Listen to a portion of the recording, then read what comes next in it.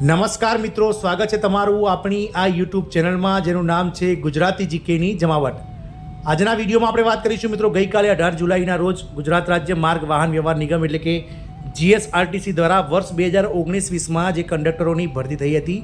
તેના વેઇટિંગમાં રહેલા વિવિધ અનામત કક્ષાના ઉમેદવારો માટેનું એક વેઇટિંગ લિસ્ટ જે 13 ઉમેદવારોનું છે તે બહાર પાડી દેવામાં આવ્યું છે. મિત્રો આજના વિડીયોમાં આપણે વાત કરીશું કે જીએસઆરટીસી દ્વારા કંડક્ટરોના વેઇટિંગ લિસ્ટને જો બહાર પાડવામાં આવશે તો આ વખતે જે નવી 2320ની જે ભરતી થવાની છે તેની ભરતી પ્રક્રિયામાં લેખિત પરીક્ષા ક્યારે લેવાશે, ક્યાં સુધીમાં મિત્રો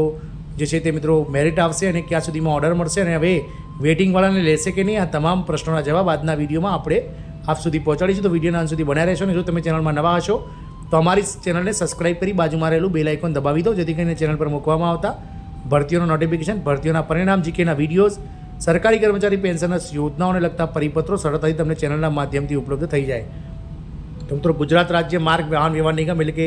Gujarat state road transport corporation GSRTC મધ્યસ્થ કચેરી રાણીપ દ્વારા ગઈકાલે જીએસઆરટીસી /2019-20/32 નંબરની જે એડવર્ટાઇઝમેન્ટ કંડક્ટર માટે હતી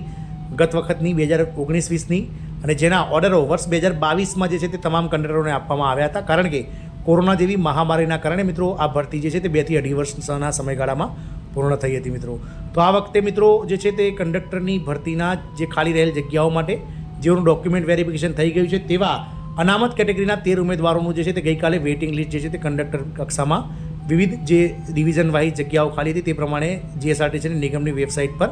જાહેર કરી દેવામાં આવ્યું છે. મિત્રો કંડક્ટરની ભરતીનું વર્ષ 2019-20ની ભરતીનું આ છેલ્લું વેઇટિંગ લિસ્ટ હશે, કારણ કે હવે પછી જે છે તે મિત્રો આ નવી ભરતી પર સરકાર ફોકસ કરશે અને આગામી સમયમાં ટૂંક સમયમાં સરકાર જે છે તે મિત્રો વર્ષ 2023-24ની જે ભરતી છે તેનું મેરિટ લિસ્ટ જગ્યાના 15 ગણા ઉમેદવારોનું બહાર પાડશે અને ત્યારબાદ મિત્રો જે છે તે લેખિત પરીક્ષા અને ત્યારબાદ મિત્રો જે છે તે ફાઇનલ ડોક્યુમેન્ટ વેરિફિકેશન કરી અને જે તે ઉમેદવારોને સ્થળ પસંદગી કરાવી દેવામાં આવશે. તો મિત્રો આ અટકળો વચ્ચે તમામ અટકળો વચ્ચે મિત્રો આપણે જણાવીએ કે જીએસઆરટીસી દ્વારા જે છે તે આગામી 5 ઓગસ્ટ સુધીમાં લેખિત પરીક્ષા માટેના જે સંભવિત ઉમેદવારો છે જગ્યાના 15 ગણા તેમનું કામ ચલાઉ મેરિટ જે છે તે નિગમની વેબસાઇટ ઉપર જાહેર કરવામાં આવશે. ત્યારબાદ મિત્રો એક અઠવાડિયાની અંદર એટલે કે આગામી 10 થી 12 ઓગસ્ટ સુધીમાં વાંધા અરજીઓ મંગાવવામાં આવશે કોઈ ઉમેદવારોને જો મેરિટ સામે વાંધો હશે તો, અને તેવા ઉમેદવારોની વાંધા અરજીના નિકાલ માટે જીએસઆરટીસીના ઉચ્ચ અધિકારીઓની બનેલી કમિટી દ્વારા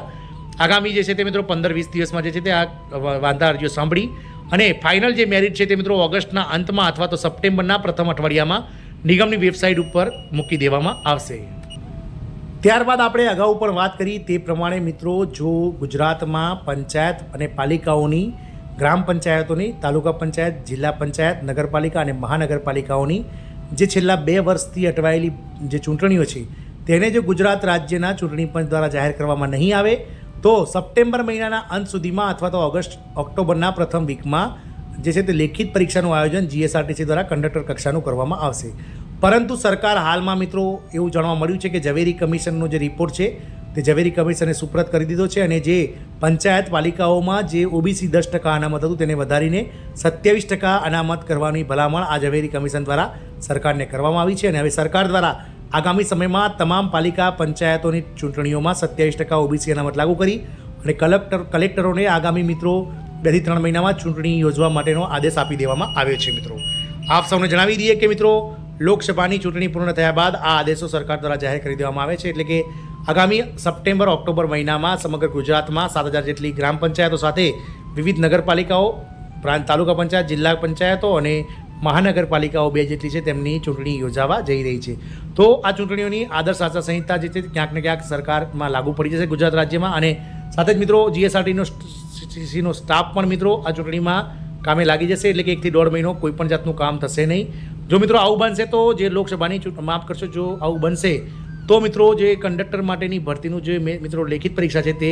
દિવાળી પછી એટલે કે નવેમ્બર મહિનાના અંત સુધીમાં આયોજિત થઈ શકે છે. મિત્રો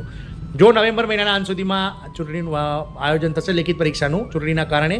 તો મિત્રો કંડક્ટરની ભરતી પૂર્ણ થવામાં માર્ચ-એપ્રિલ 2025નો સમયગાળો આવી જશે. પરંતુ જો સમયસર પાલિકા અને પંચાયતોની ચૂંટણીનું રાજ્ય ચૂંટણી પંચ દ્વારા